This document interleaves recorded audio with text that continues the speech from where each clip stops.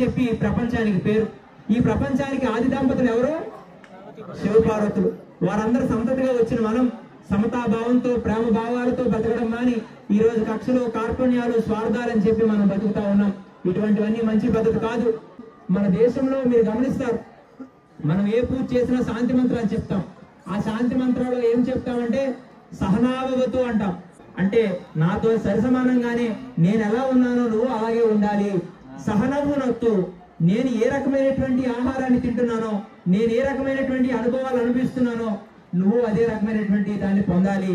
సహవీర్యం కరవావహై, నేను ఏ రకమైనటువంటి యొక్క శక్తిని పొందుతున్నానో, ఆ అవకాశాలు పొందుతున్నానో అది నీకు కలగాలి. తేజస్వినావతీతమస్తు, అంటే నేను ఏ రకమైనటువంటి కీర్తిని, ఏ రకమైనటువంటి గౌరవ మర్యాదలు పొందుతున్నానో నువ్వు అదే పొందాలి. మావి దిశావహై, అంటే మన ఇద్దరికి కూడా ఎప్పుడు కూడా గొడవలు, గోడలు, మనస్పర్ధలు లేకుండా, ఏ వివాదాలు లేకుండా మనం ఉండాలి అని చెప్పి ఆ రకమైన సంస్కారంతో మనం పూజలో చివరిసారిగా శాంతి మంత్రాలు చెప్పుకుంటాం.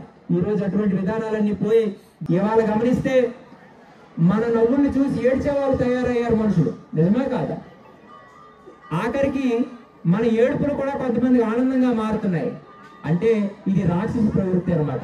అటువంటిది మనం ఎదుటివారి జీవితంలో ఆనందాన్ని అందించేటట్టుగా మనం ప్రయత్నం చేయాలి. వింటున్నారా అందరమ్మా? వినిపిస్తుంది అన్నమాట. వినిపిస్తే ఒకసారి రెండు చేతులు పైకి చెప్పండి, హర హర మహాదేవా. ఓకే, బాగానే వింటున్నారు. నెల్లిమర్ల మండలంలో ఎన్ని గ్రామాలు ఉన్నా కూడా జోగిరాజపేట అంటే ఒక ప్రత్యేకమైనటువంటి గుర్తింపు. గురు సాంప్రదాయంలో బాగా ఆరితేరినటువంటి గ్రామం.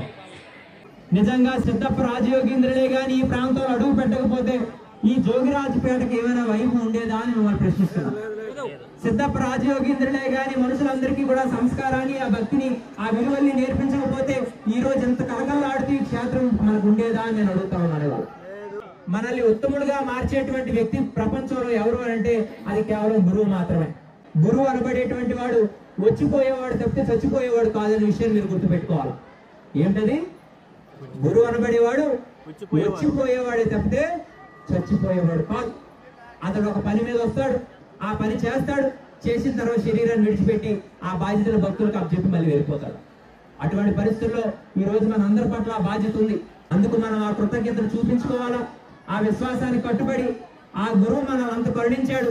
ఆఖరికి ఆ పరమేశ్వరుడే మానవ అవతారాన్ని ఎత్తి గురువుగా మనకు దయతలిచాడని చెప్పి మనం ఇంకా కూడా శరణాగతితో సేవలు చేయాలి. ఎప్పుడైతే మనం ధర్మానికి కట్టుబడి హిందువులుగా మనం జీవిస్తామో ఆ రోజు మాత్రమే మనం చిరుతార్థులం అవుతాం. పార్టీ జెండాలు పెడుతున్నారు గర్వంగా, నిజమా? పార్టీ జెండాలు పెడతారు, కానీ ఇంటి మీద కాషాయం జెండా పెట్టడం సిగ్గుపడుతున్నారంటే అంతకంటే సిగ్గుచేటు ఇంకోటి ఉంటుందా అని అడుగుతున్నాడు. వాళ్ళు ఉంటుందా? రెండోది, ఒక మతంలో బైబిల్ వారి సంకనే పెట్టుకొని తిరుగుతారు, ఇంకో మతంలో ఖురాన్ వారి ఇంట్లో ఒక దైవ గ్రంథంగా దాన్ని పెట్టుకుని పూజ చేస్తారు. కానీ మన ఇంట్లో రామాయణం ఉండదు, ఓ భగవద్గీత ఉండదు, ఓ భారతం ఉండదు. ఉంటుందా? అందుకు ప్రతి ఇంటి పైన కాషాయం జెండా ఎగరాలా, ప్రతి ఇంట్లో కూడా భగవద్గీత ఉండాలా. మూడవది, ముస్లింలు చూస్తే వాడు నెత్తి మీద టోపీ పెట్టుకుంటాడు, గడ్డాలు పెంచుకుంటాడు. ఆడవాళ్ళు అయితే గుర్ఖాలు వేసుకుంటారు. వాళ్ళు మనం చూడగానే పోల్చేసి ముస్లిం మీద. క్రిస్టియన్లు అయితే మనం అడగక్కర్లేదు. పొరపాటును కానీ చూస్తే ఆ అమ్మకు భర్త ఉంటాడు, బొట్టు గాజు పోసంలో అర్థమైపోద్ది ఇది పక్క బ్యాచ్ అని కదా. కానీ హిందువులు పోల్చాలంటే ఏమైనా ఉందా? ఉండదు.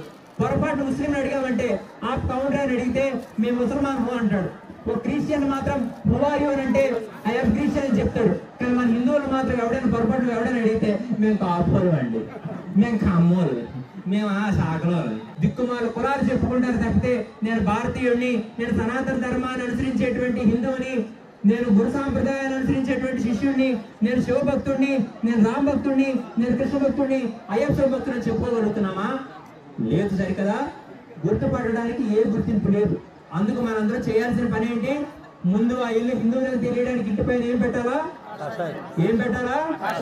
ఇంటి పైన ఏం జెండా పెట్టాలా? రెండోది, ఇంట్లోనే ఏం ఉండాలా? ఏ పుస్తకం ఉండాలా? మూడోది ఏం చేయాలో తెలుసా? మన హిందువులా కాదా తెలియాలంటే ఎవడైతే నుదుటిన బిందువు పెట్టుకుంటాడో వాడు మాత్రమే హిందువు. అందుకు ఖచ్చితంగా మనం కుంకుమ బొట్టును రోజు పెట్టుకొని తీరాలా, మన హిందువులను ప్రకటించుకొని తీరాలి. అర్థమవుతుందా? పాపం ఏదో మర్చిపోయినట్టు అంటారు తప్పితే ఏ మాటగా చప్పట్లు కొడతారో చూస్తారు తప్పితే ఎవరో చప్పట్లు కొడతారు. మరింత చక్కనైనటువంటి కార్యక్రమానికి ఏర్పాటు చేసినటువంటి సీతారామ స్వామి మరి చక్కగా ఆయన మీ అందరికీ ముందు చూపుగా ఉండి మంచి కార్యక్రమాలు చేస్తున్నారు కాబట్టి ఆయన కూడా అభినందనలు ఆశీర్వాదాలు అందిస్తూ సెలవు తీసుకుంటాం. ఒక్కసారి అందరూ బిగ్గరగా చెప్తాం, హర హర మహాదేవ, హర హర మహాదేవ. ఒక్కసారి అందరూ చెప్పండి, భారత్ మాతాకి. భారతీయ లేరేడు కదా, ఏ గుంటు రాలేదు. రాజకీయ నాయకులు సినిమా హీరోలకు చేకట్టడానికి వస్తుందా? భారత్ మాట్లాడటం లేదా? భారతీయులు ఎవరైనా ఉంటే, భారతీయులు పుట్టిన ఎవరంటే చెప్పండి, భారత్ మాతాకి.